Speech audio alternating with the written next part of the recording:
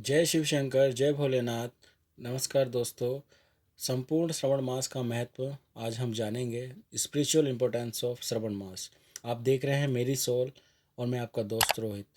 दोस्तों, श्रवण मास अथवा सावन हिंदू पंचांग के अनुसार वर्ष का 5वां महीना पड़ता। इसे वर्षा ऋतु का महीना भी कहा जाता है क्योंकि इस समय बहुत वर्षा होती है। इस माह में अनेक महत्वपूर्ण त्योहार मनाए जाते हैं जिसमें हरियाली तीज, रक्षाबंधन, नागपंचमी आदि प्रमुख हैं। त्योहारों के लिए ही तो भारत की विशेषता की पहचान है। श्रवण यानी सावन माह में भगवान शिव की आराधना का विशेष महत्व है। इस माह में पड़ने वाले सोमवार सावन के सोमवार कहे जाते हैं, जिनमें स्त्रियां तथा विशेष तौर में कुंवारी कन्याएं भगवान शिव के पूर्ण व्रत रखती हैं। अब सावन माह की पौराणिक कथा है एक। जब संत कुमारों ने भगवान शिव से उन्हें सावन महीना प्रिय होने का कारण पूछा तो भगवान भोलेनाथ ने बताया कि जब देवी सती ने अपने पिता दक्ष के घर में योग शक्ति से शरीर त्याग दिया था, उससे पहले देवी सती ने महादेव को हर जन्म में पति के रूप में पाने का प्रण किया था। अपने दूसरे जन्म में देवी सती ने पार्वती के नाम से हिमाचल और रानी मैना के घर में पुत्री के रूप में जन्म लिया था। पार्वती ने युवावस्था में सावन के महीने में कठोर व्रत किया था और शिव को प्रसन्न कर उनसे विवाह किया, जिसके बाद ही महादेव के लिए यह सावन विशेष बन गया।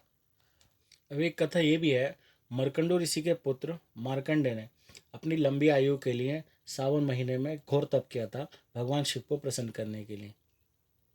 उस तप से मिली जो शक्तियाँ थीं, उसके सामने मृत्यु के देवता भी यमराज भी नतमस्तक रहते थे। अब भगवान शिव को सावन का महीना प्रिय होने का कारण ये भी है कि भगवान शिव सावन के महीने में पृथ्वी पर अवतरित होकर अपने ससुराल गए थे और वहाँ उनका स्वागत जल अभिषेक के साथ किया गया था। ऐसा माना जाता है कि प्रत्येक वर्ष सावन महीने में भगवान शिव अपनी ससुराल आते हैं। अब भूलोक पृथ्वीवासियों के लिए शिव कृपा पाने का यह उत्तम समय होता है। ऐसा माना जाता है कि इस माह में समुद्र मंथन भी किया गया था।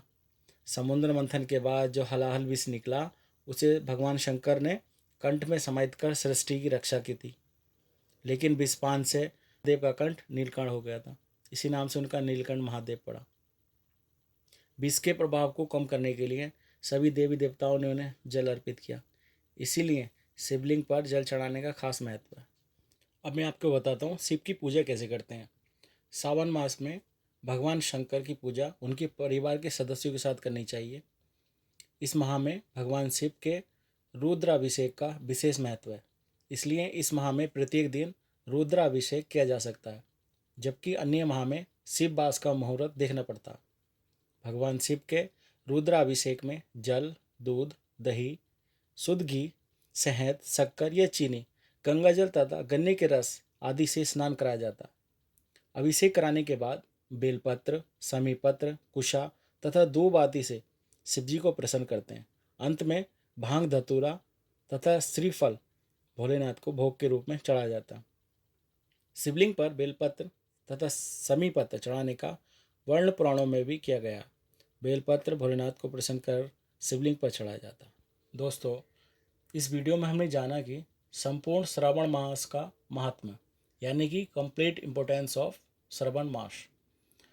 अब आने वाले उन सभी अध्यायों में हम जानेंगे जिनमें भगवान शिव ने स्वयं अपने मुख से इस पूरे सावन मास की कथा का वर्णन किया है। चलिए मिलते हैं नेक्स्ट वीडियो में। तब तक अपना ख्याल रखिए, सुरक्षित रहिए। हर हर महादेव।